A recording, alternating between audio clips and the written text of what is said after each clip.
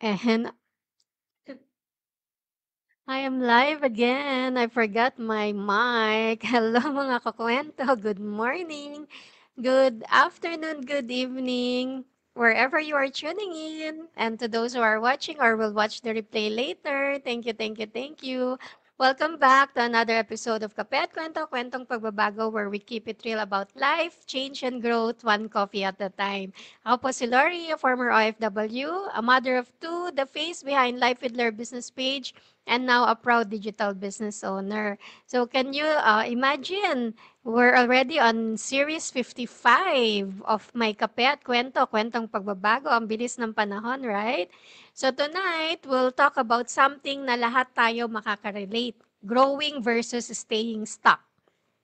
So you know my post earlier this morning, if it doesn't grow you, it shrinks you. So that's so true. And tonight, I'll share a story that might just make you think twice on where you are right now. So let me tell you a story. So there was this a woman, her name is Clara. So for years, she worked in the same job, doing the same thing every single day. At first, she was thankful. It paid the bills, it gave her security. Pero deep inside, she felt empty.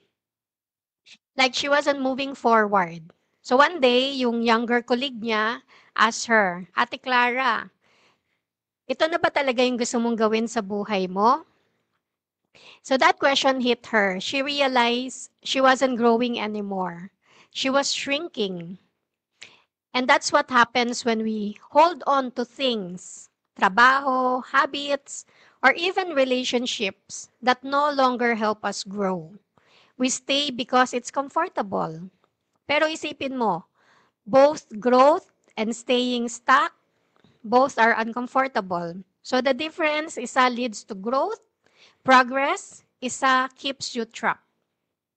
So it's like instant noodles. Sure, it fills you up fast, pero alam nating lahat, instant is not good for the long term. So same with life. Short Short-term comfort might feel easy, pero it doesn't prepare us for the real fulfillment. Kaya I always say, habang may oras pa, planuhin na natin. If one day mawalan tayo ng work or biglang nagkaroon ng emergency sa family, are we ready? That's why building something sustainable, something that helps us grow, is so important. That's what this business gave me. It's not just income, it's growth. It teaches you to step out of your comfort zone, learn new skills, and build a future that's stronger than just paycheck to paycheck living. So tonight, remember this, don't settle for instant noodles if when you deserve a full meal.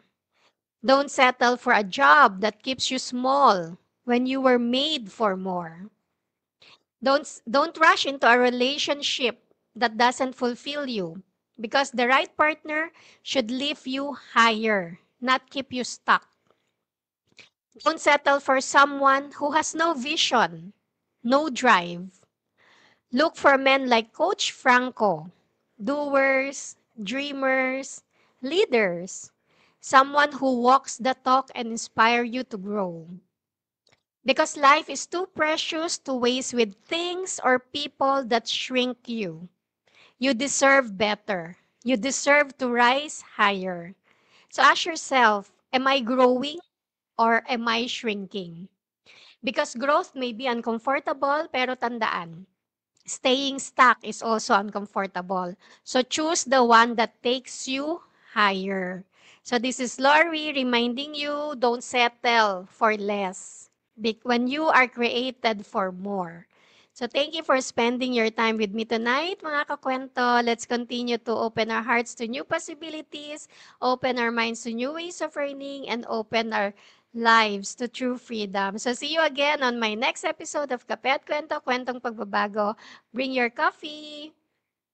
Bring your dreams and let's talk change. Let's continue to earn smart and live free and grow into the person God created us to be. If you want to learn more, you can direct message me or sign up on my website at www.loriramos.com with your name and email, and I will send you the link for the free info session. Good night and God bless us all. Bye bye.